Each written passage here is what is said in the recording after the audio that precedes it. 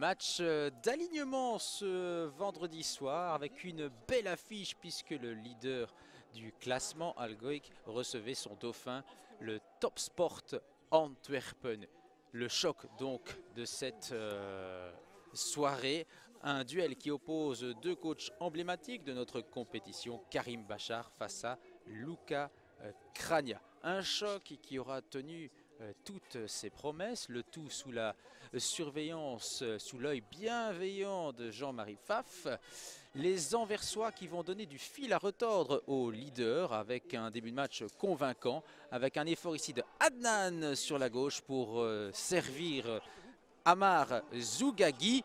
Et donc 0-1 à la surprise générale pour l'Antwerp. Les Anversois, malheureusement, n'arriveront pas à conserver leur avantage très longtemps suite à cet envoi de Jelovcic dévié par Sabapti. Les Brabançons reviennent rapidement à la hauteur de leur adversaire.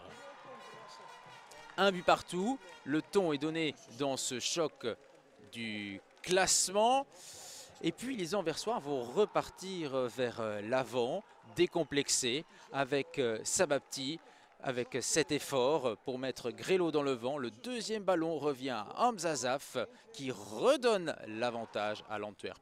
1-2.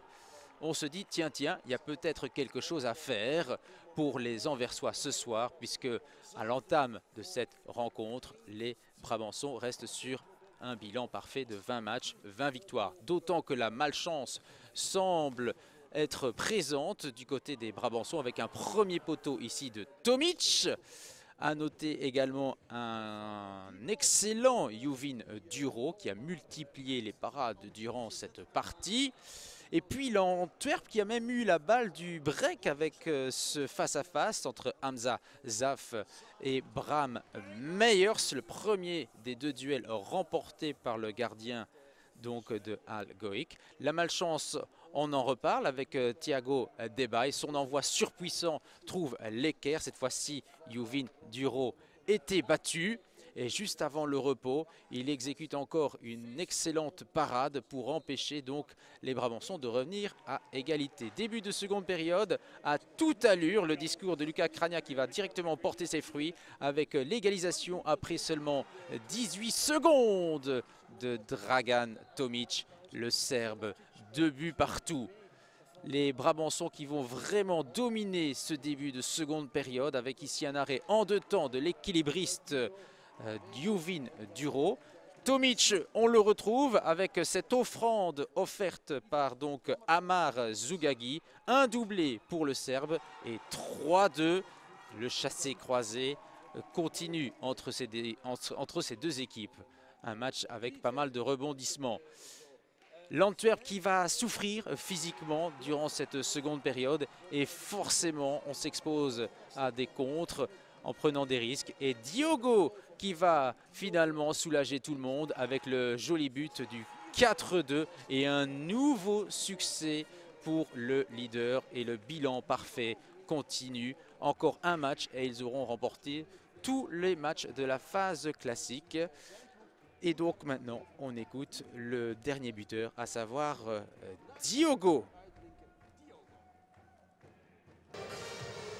Voilà Diogo, eh bien la série se poursuit pour Algoïc, le 21/21, encore un match et ce sera le bilan parfait.